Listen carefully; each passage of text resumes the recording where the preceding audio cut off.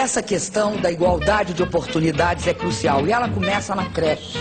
Na creche, onde a raiz da desigualdade está. Porque está provado que a criança bem tratada, com estímulo, chega ao primeiro ano com melhores condições. Por isso faremos 6.000 creches no Brasil, é essa a proposta.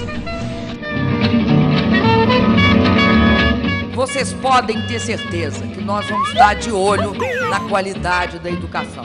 Eu quero comunicar aos prefeitos que nós vamos enviar uma medida provisória ao Congresso, porque nós vamos bancar com recursos do Ministério da Educação, justamente porque nós queremos que neste programa as coisas fluam de uma forma a garantir que as nossas crianças tenham as suas oportunidades garantidas.